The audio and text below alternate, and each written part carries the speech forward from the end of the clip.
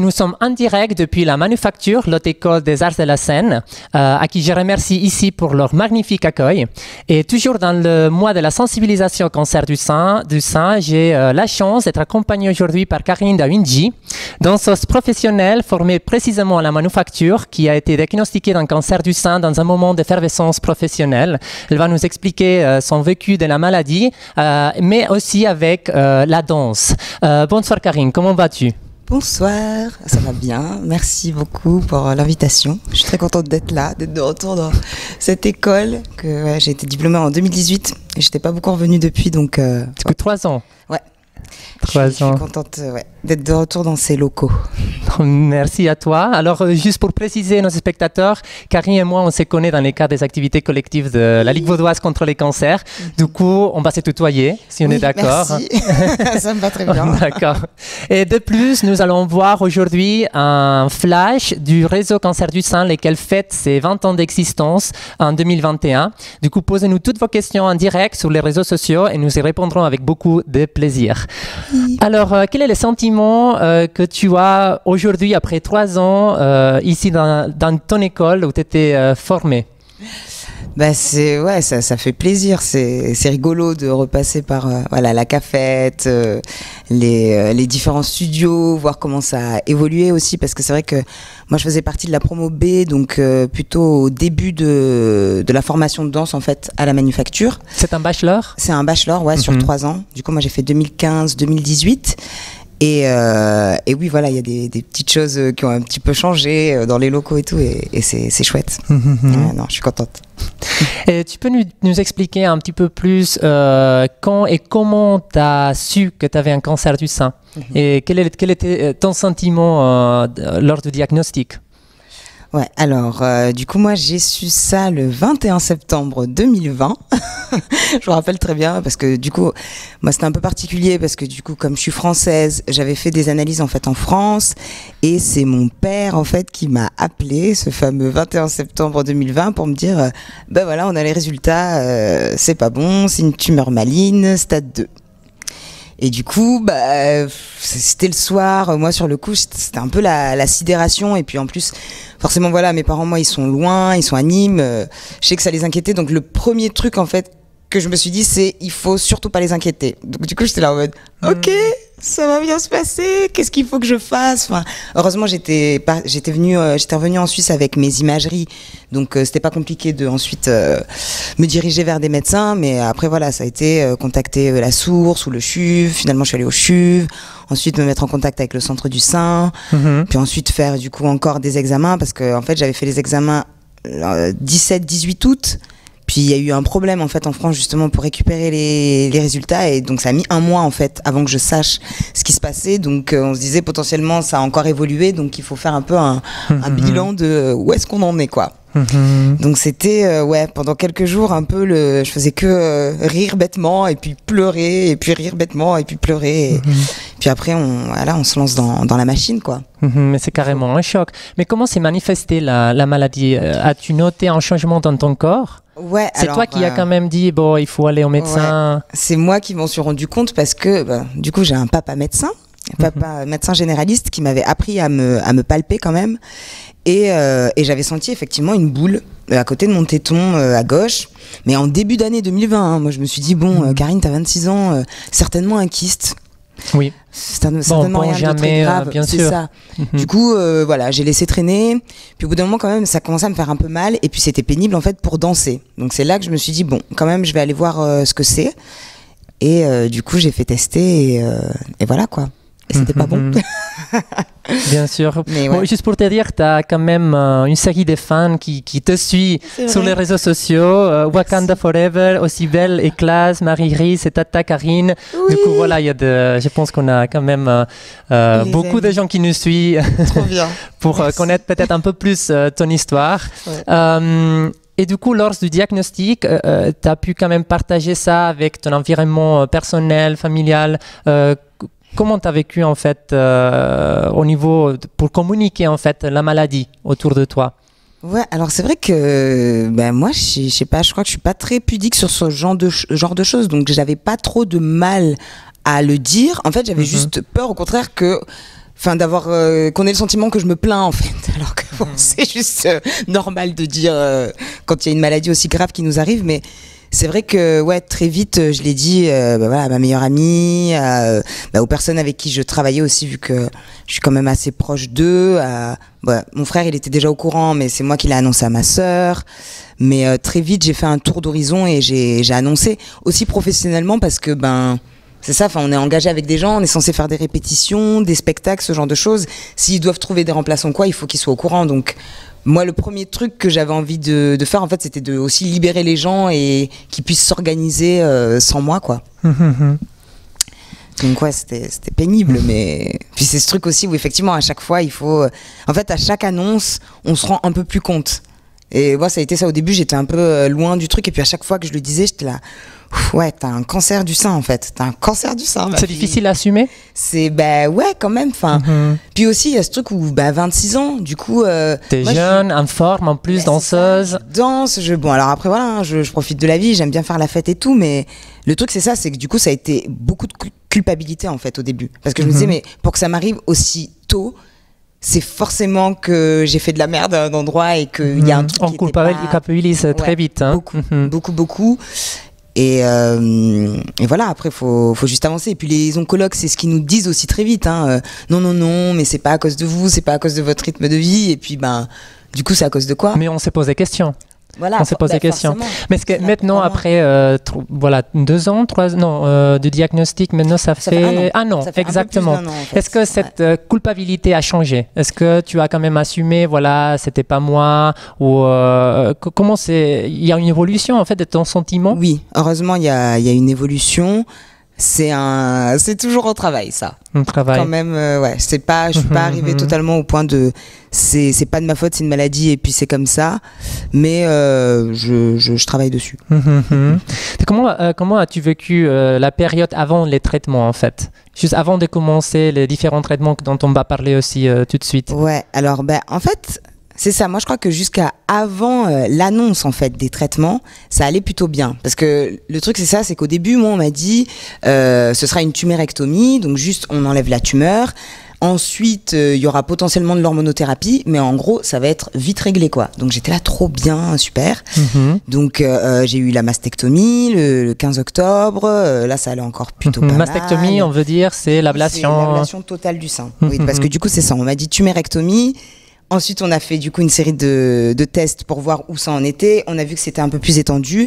Et du coup, une semaine avant la tumérectomie, on m'a dit finalement ce sera une mastectomie. Vous voulez repousser l'opération? J'étais là, non, tu décales déjà un changement. C'est ça. Donc ça commençait déjà un peu. J'étais là, bon, ok, va falloir t'habituer. Ensuite, entre la mastectomie et les résultats post-opératoires, le 29 octobre, on m'a dit en gros, bon, voilà, peut-être il y aura une petite chimio de 4 mois. Donc je commençais un peu à serrer les dents, mais je me disais ça va aller, Karine, c'est que 4 mois, machin. Et puis au final, les résultats post-op ont été un peu catastrophiques, parce que ils pensaient que c'était une petite tumeur, au final c'était une grosse.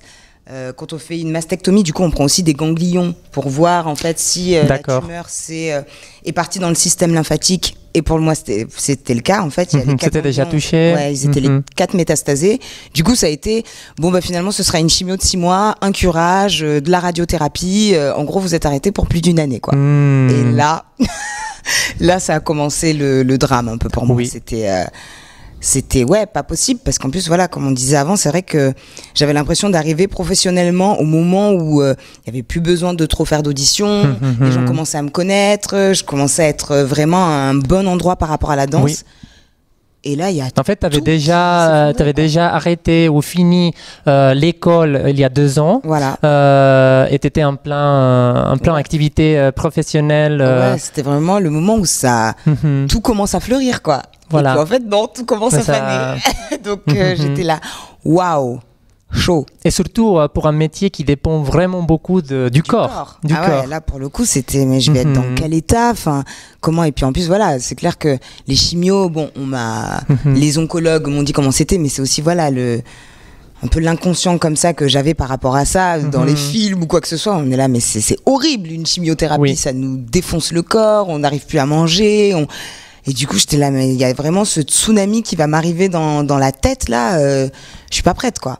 Donc ouais, avant ça a été compliqué. D'accord. Du coup, tu as fait voilà l'opération, chimiothérapie, après radiothérapie aussi? Après radiothérapie et après là je suis passée du coup à l'hormonothérapie. Hormonothérapie. Et entre-temps, normalement, il y aurait dû avoir un curage où on aurait dû m'enlever plus de ganglions. Mais ça n'a pas arrivé. Mais ça, c'est pas arrivé parce que par rapport à mon métier en fait. Parce que du coup, moi, je leur ai dit, c'est hors de question. Parce qu'après ça, ça aurait été compliqué en fait de danser. Parce qu'à tout moment, en fait, j'aurais pu faire des œdèmes du fait de porter différents poids, de faire des choses avec le sol et ce genre de trucs. Et moi, je leur ai dit, mais c'est hors de question. Je vais pas régler cette maladie pour ensuite finir en dépression parce que je peux plus danser. Du coup, tu as pu quand même t'exprimer par rapport à ton métier et ton choix des traitements. Heureusement, ouais, ça, ils sont quand même à l'écoute. Et puis c'est vrai qu'en fait, ils n'ont pas l'habitude de traiter déjà des jeunes et en plus des jeunes qui sont actifs comme ça et dont le métier demande d'être aussi présent. Il y a un métier qui est méconnu aussi. En fait, c'est ça. De manière générale, c'est méconnu et en plus dans le milieu médical, c'est vraiment... ils comprenaient pas, quoi. Donc j'ai dû vraiment leur dire oui, c'est pas compliqué. Je porte des fois des gars de plus de 70 kilos toute la journée pendant des semaines. Est-ce que je pourrais encore faire ça après cet acte chirurgical? Et là c'était un peu, on sait pas trop. Voilà. Et donc du coup voilà, on a pu l'enlever. Je suis passée à la radiothérapie et tant mieux. Karine, tu es danseuse et je pense qu'on a un petit cadeau pour nos spectateurs. On a une vidéo où tu danses, comme ça on peut voir c'est ce que tu fais. Donc on voit la vidéo. Oui.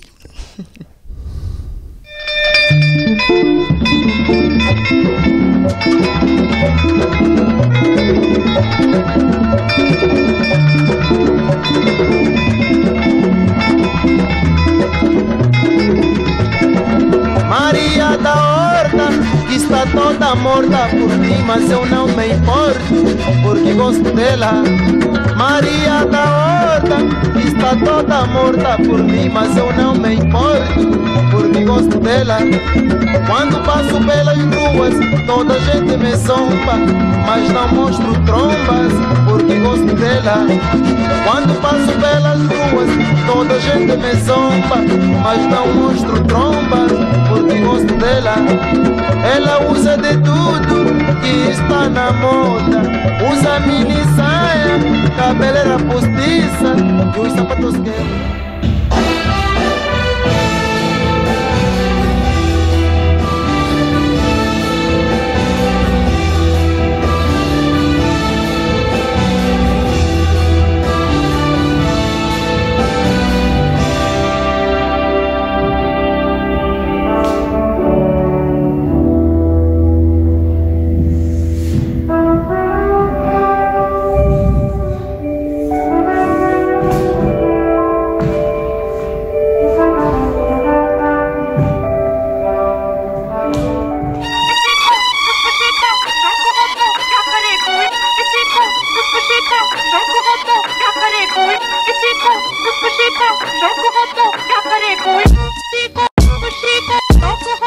Santos.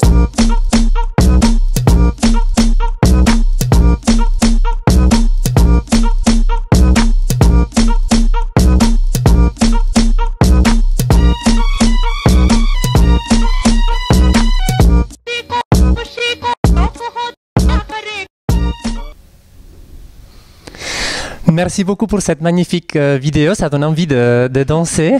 Alors, est-ce que tu peux nous raconter un petit peu plus ton parcours professionnel en tant que danseuse? Ouais, alors du coup moi j'ai commencé la danse à 3 ans et demi, toute petite, mes parents ils m'ont mis là-dedans. J'ai fait 11 ans de conservatoire à Nîmes. Après ça je suis partie au CNDC d'Angers. J'ai fait du coup 2 ans, j'ai eu mon DNSPD et puis ensuite je suis venue ici à la Manufacture où j'ai fait ce bachelor pendant 3 ans.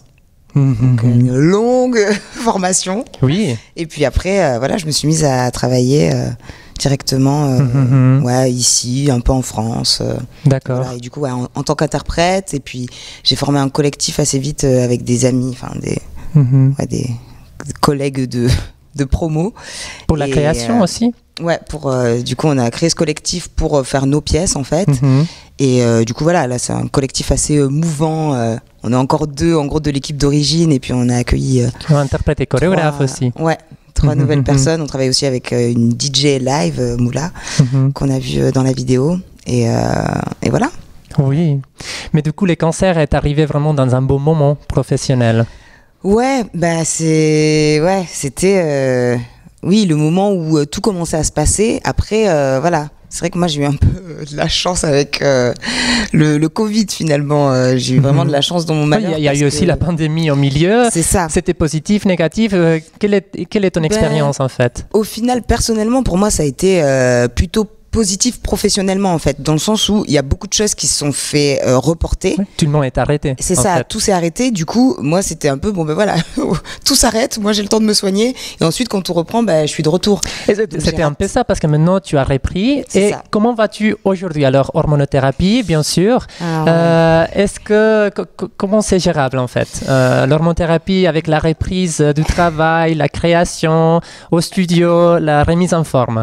Comment vas-tu? C'est intense. Je vais bien, je vais plutôt très bien parce que je suis très contente en fait d'avoir repris ce premier spectacle que j'ai refait en août. Là, c'était vraiment un gros challenge pour moi parce que c'était quelque chose de très physique, très dans la tête, beaucoup de comptes, beaucoup de concentration. Déjà en temps normal, ça demande beaucoup pour un danseur.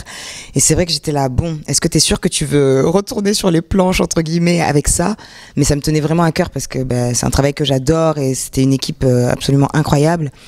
Et je l'ai fait. Du coup, j'étais vraiment très très contente et là, voilà, je peux aussi plus me diriger vers mes projets en fait, parce que je suis artiste associé en fait à l'Abri, qui est un lieu à Genève pour l'année 2021-2022. Donc j'ai la possibilité d'utiliser les studios, tout ça pour monter un projet en fait.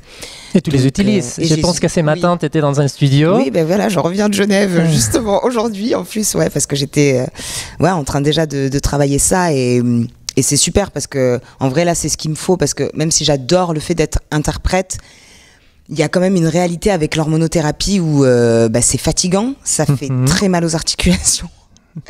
Donc là, je sens que je suis déjà, en tout cas psychologiquement, un peu en train de tirer sur la corde parce que c'est pénible en fait de se réveiller tous les matins et de sentir qu'on a mal aux genoux, aux chevilles, aux poignets et qu'il va falloir se déverrouiller tout le temps. Du coup, voilà. Les oncologues sont déjà au courant. Je leur ai dit, moi, si c'est trop pénible, bon, déjà, je pourrais changer parce qu'il y a différents styles d'hormonothérapie. Et là, je suis avec le tamoxifen. Il y a d'autres. Et ils te laissent la possibilité de changer. Voilà, d'essayer. Et puis, enfin, d'autres hormonothérapies. Maintenant, ça fait un mois, j'ai commencé le 26 août. D'accord. Donc, un mois et demi, bientôt 2 mois. Et comment tu fais pour te remettre en forme? Est-ce que c'est plus difficile? Tu as besoin de plus de temps pour t'échauffer, pour t'entraîner? Alors, pas forcément plus, parce que j'ai quand même gardé même pendant les traitements, la chimio, tout ça, moi j'ai continué à danser, à faire des trucs. Psychologiquement, j'avais trop besoin. C'était pas possible de m'arrêter complètement. Donc, je suis pas non plus repartie de zéro. Mais par contre, il y a une réalité où, en fait, il faut que je comprenne quel est ce nouveau corps. Et voilà, de le respecter en fait lui aussi, et de pas dépasser ces limites là. Et c'est vrai que des fois c'est un peu frustrant parce que voilà, quand on voit la vidéo qu'il y a eu avant, moi aussi quand je revois ces moments, je suis là en mode mais moi aussi je veux me remettre à danser comme ça. Oui. Sauf qu'en fait je suis plus la même, donc il faut que j'accepte que voilà, c'est une nouvelle Karine et maintenant faut aller avec ça, quoi. Mais la nouvelle Karine, j'imagine des choses positives aussi. Oui. Est-ce qu'on découvre des choses avec aussi ces challenges du cancer? Ouais, on découvre déjà la force intérieure qu'on peut avoir, les ressources en fait qu'on a et qu'on pense pas forcément avoir. C'est vrai que voilà, comme ça, la mastectomie par exemple. Je me serais dit, mais mon Dieu, je perds un sein, ma féminité. Et en fait, moi, personnellement, pas du tout. Ça a été, oui, effectivement, ok, il va avoir un sein en moins. Le matin de la mastectomie, j'ai écrit une petite lettre à mon sein. J'ai eu un truc assez sain et assez ok, en fait, avec cette mastectomie. Donc, c'était cool. Et je pense que vraiment la danse a été un point très positif pour moi en fait, parce que j'avais déjà une relation très proche avec mon corps. Du coup, le fait qu'un sein parte, ça n'a pas été un tsunami, que j'ai pu rencontrer d'autres malades ou avoir d'autres échos de femmes où vraiment la mastectomie c'est la fin de la féminité. Enfin, c'est vraiment une étape très très très compliquée que moi en vrai c'est comme cette question de reconstruction par exemple, on n'arrête pas de me dire mais tu vas te faire reconstruire machin, puis je suis là en fait non, parce que parce que ça fait partie de ma vie aussi, que j'ai pas envie de faire comme si s'était rien passé, parce que c'est pas le cas, parce que c'est quand même, même si voilà, je suis passée au-dessus et ça va bien, ça reste quand même une épreuve très compliquée. Bien et sûr. j'ai pas envie de faire comme si il s'était rien passé. Et pour moi, ouais, cette cicatrice, comme je dis, c'est comme toutes les cicatrices qu'on a sur les genoux de toutes les fois où on est tombé à vélo ou quoi que ce soit. Cette cicatrice, c'est la même chose pour moi. C'est Bien un sûr. truc qui m'est arrivé. C'est un dans la choix. vie. C'est un choix. Oui, oui. Mais au niveau professionnel, est-ce que tu penses que le fait d'avoir eu une mastectomie peut te fermer des portes au niveau danse, étant un milieu qui est très centré sur les corps, sur la forme, sur l'esthétique? Est-ce qu'il y a cette crainte? Est-ce qu'il n'y a pas vraiment un besoin de s'inquiéter? Comment tu vis ça? Alors ça, moi, vraiment, professionnellement, pas du tout. D'accord. Mais aussi parce que voilà, je me suis rendu compte que je m'étais aussi entourée vraiment de personnes super et de gens en fait voilà qui sont pas accrochés à un physique ou à juste une personne qui danse, dans le sens où vraiment toutes les personnes que j'ai dû recontacter et leur dire bon, ben voilà, je peux pas, elles ont toutes fait des pieds et des mains pour que finalement en fait je puisse participer au projet et que je sois toujours là. Alors bravo pour elle, on les félicite ici en direct. Les gens étaient super et il a jamais été question de, enfin à la rigueur c'était voilà s'il va avoir des spectacles où il faut être nu ou quoi, c'était vraiment est-ce que si on est nu c'est ok pour toi d'avoir le torse, et puis moi j'étais là bah oui, enfin j'ai pas de souci, mais donc vraiment très très attentionné, très sain, non à aucun moment donné je me suis dit j'ai plus de sein, je vais plus pouvoir danser quoi. Alors on va parler de comment tu te projettes à l'avenir, de ton avenir à court et long terme. Mais avant ça, on va faire une petite pause pour voir le flash du réseau Cancer du Sein, lequel fête ses 20 ans d'existence cette année. Et on va faire ça avec Angela Grezet, directrice, et Marie-Lise Pesenti, coprésidente du réseau Cancer du Sein. Voyons les flashs. Qui est actif depuis 20 ans, a ça de magnifique qu'il implique depuis cette époque les patientes aux côtés des professionnels, des soignants, des physiothérapeutes, des infirmières, des assistantes sociales, des pharmaciennes, autour de la même table pour améliorer les soins, la qualité de vie des patientes et la recherche, l'enseignement. Et il est coprésidé, c'est unique, par une représentante des patientes, en ce moment Marie-Lise Pesenti. Oui, c'est hyper important d'avoir justement ce contact étroit avec tout ce monde, parce que comme ça, ça nous fait justement évoluer et avoir vraiment toutes ces parties pour pouvoir avoir le moins possible pour diminuer les effets adverses des traitements, et qu'on puisse vraiment dialoguer, c'est vraiment important. Merci beaucoup Réseau Cancer du Sein pour tout ce que vous faites pour les personnes touchées par les cancers du sein. Et on revient à Karine. On va parler de comment tu te projettes à l'avenir en fait. Quels sont tes plans, tes projets, comment tu te vois d'ici 2, 5, 10 ans?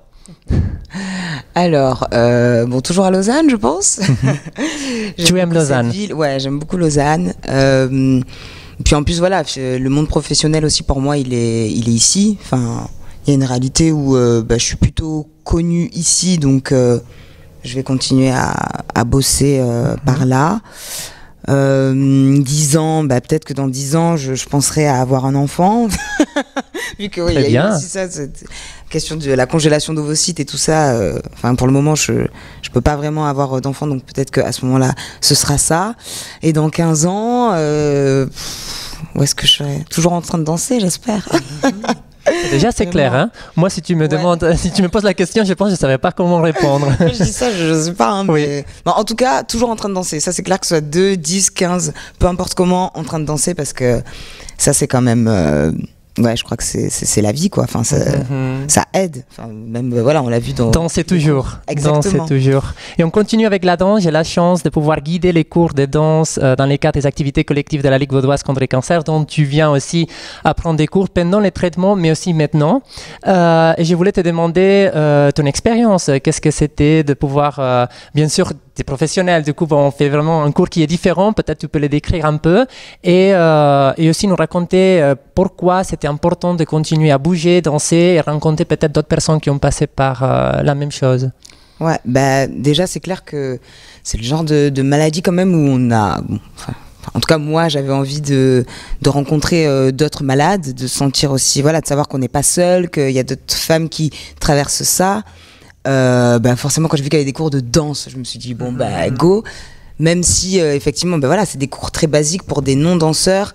Bon, déjà vu qu'il y a une forme un peu classique, ce qui est quand même assez magique avec le classique, c'est que quand on a eu un assez bon niveau, parce que j'en ai fait pendant quand même très longtemps, peu importe la facilité des exercices, on travaille toujours en réalité. Parce qu'on sait comment se placer, on sait comment travailler le corps, donc dans tous les cas ça apporte. Et puis surtout, moi j'affectionne vraiment beaucoup le fait de voir danser des non-danseurs. Enfin, en fait, je suis tout le temps avec des gens qui savent danser, donc c'est cool. Voilà, mais je trouve que c'est tellement plus... je sais pas, innocent ou pur en fait ce qui se passe pour des non-danseurs, que j'adore être là-bas. Et puis le groupe est incroyable. Oui, il est incroyable, ouais. Super. Et puis aussi voilà, comme ça on suit un petit peu l'avancée de chacune aussi à travers la maladie. Enfin, de voir à quel moment c'est plus dur aussi pour certaines. Enfin, c'est un peu comme une petite famille, quoi. Pour moi, c'était vraiment important de faire des choses, quoi. Enfin, il y avait, voilà, avec toi la Ligue, aussi les ateliers avec Osthérapie, comme tu as eu Linda déjà avant, qui est juste incroyable et qui propose tellement d'ateliers super, les activités à Boisserre aussi. Enfin, il y a vraiment beaucoup de choses et je crois que c'est très important en fait déjà de sortir, de se confronter un petit peu aux autres. Et danser pour se réapproprier en fait ce corps en fait. C'est ça, parce que avec toutes la mastectomie, la chimio, toutes les informations qu'on nous met dans le corps, il y a un endroit aussi où au bout d'un moment on sait plus vraiment si c'est à nous en fait tout ce qui est en train de se passer. Bien sûr. Je crois que dans les cours de danse et tout ça, c'est ça qu'on retrouve. C'est enfin, ok, là je suis là pour moi et je bouge pour moi et je vais à l'endroit où je peux. Et là c'est moi qui décide. En tout cas, c'est un honneur de donner ces cours de danse à la Ligue. Du coup, merci de venir. Merci. Alors, tu as eu bien sûr l'aide de ton environnement personnel, mais est-ce que tu as eu aussi de l'aide extérieure, des associations, etc., dans ces moments difficiles? Ouais, justement, alors oui, mes amis, ma famille qui a été bien là, mon ex-compagnon aussi, même si maintenant on n'est plus ensemble, il a quand même été super comme il a pu. Et oui, et après il y a eu les associations, effectivement, les groupes de parole, il y a la Maison de la Femme, les groupes de parole avec Michel qui est incroyable aussi, et ça c'était vraiment super aussi parce que c'est vrai que des fois c'est pas si évident de communiquer en fait avec le corps médical, quoi. Ils sont très axés techniques, il faut défoncer cette maladie et puis on y va. Oui. Et puis des fois ils oublient un petit peu en fait qu'il y a quelqu'un autour et que on peut avoir des angoisses et qu'on peut avoir oui. Donc du coup je crois que si on se sent pas trop bien écouté ou quoi, c'est important d'aller vers ces groupes de parole et vers ces associations parce que vous avez contacté aussi la Ligue vaudoise contre les cancers? J'ai contacté la Ligue, j'ai contacté Boisserre, j'ai contacté Osthérapie. Voilà, en gros c'était les trois endroits principaux. Et quel conseil donnerais-tu aux jeunes femmes touchées par un cancer du sein aujourd'hui? Déjà, avant d'être touchées par un cancer du sein, j'ai envie de vous dire, si il se passe quelque chose dans vos seins ou quoi que ce soit, allez vérifier parce qu'il n'y a pas d'âge en fait. C'est faire dépister. Ouais, vraiment, faites-vous dépister parce que... justement, après, voilà, pour revenir un peu à cette question de culpabilité, par exemple, moi, je sais que le fait de me dire qu'en fait, j'ai senti cette boule en janvier, que je l'ai fait tester qu'en août, c'est peut-être un peu ça qui a fait que mon parcours a été aussi long et compliqué. Peut-être que si j'avais réagi avant, j'aurais pas eu la chimio et la radiothérapie. Donc, voilà, ça évite aussi des endroits un petit peu pénibles après. Oui. Et puis, je crois que c'est important aussi d'avoir un vrai respect pour son corps et vraiment de l'écouter et de savoir ce que c'est autrement que par juste le reflet esthétique, parce que voilà, on sait ce que c'est la place de la femme dans la société, tout ça, mais vraiment de se connaître et de savoir comment on fonctionne et de faire attention à ce qu'on mange aussi, parce que l'air de rien, je crois que on est ce qu'on mange. Ouais, on est ce qu'on mange, et il y a quand même beaucoup de merde dans beaucoup de choses qu'on nous propose, donc il faut faire attention, parce que de plus en plus, malheureusement, on se rend compte qu'il y a des cancers jeunes, et ça vient aussi de l'environnement, ça vient des ondes, ça vient de des choses qu'il y a dans la nourriture, dans plein de choses comme ça, donc faut pas se dire c'est à 30 ans que je ferai attention, c'est à 35 ans, faut faire attention maintenant. Alors, merci beaucoup. On arrive au terme de ce rendez-vous, malheureusement. On pourrait parler pendant des heures. Mais avant de partir, alors, tu m'as dit ce matin, tu étais au studio en train de faire une recherche des danses pour une nouvelle création, j'imagine. Peut-être tu peux nous raconter. Potentiellement. Alors, aujourd'hui, on est dans un studio de danse aussi. On est à la Manufacture, ton ancienne école où tu étais formée. Et du coup, en fait, je t'allais proposer, si tu nous montres, qu'est-ce que c'est une recherche en danse. Parce que je pense pour beaucoup de nos spectateurs, la recherche est faite dans l'université au niveau scientifique. Mais qu'est-ce que c'est la recherche en danse, en fait? Ça passe par l'improvisation? Comment ça marche? Alors, ça dépend des gens, hein, mais c'est vrai que moi, c'est ça. Je mets du son en studio et puis j'improvise.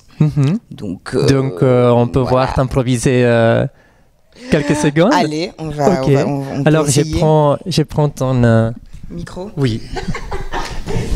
Allez.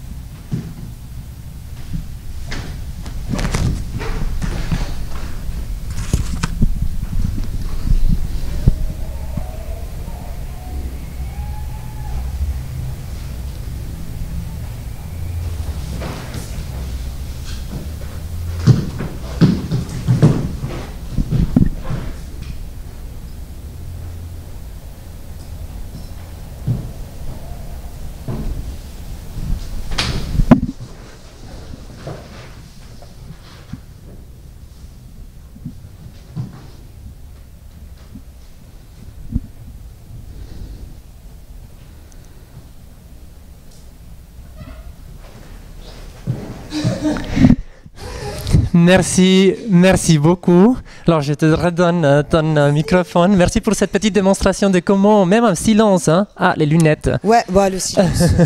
Même avec les silences, et c'est vraiment compliqué aussi, on n'a pas les stimules de la musique, mais vous arrivez vraiment tu arrives vraiment à te mettre dedans avec... Dans un état, après, voilà, j'étais en train de bosser les 3 derniers jours.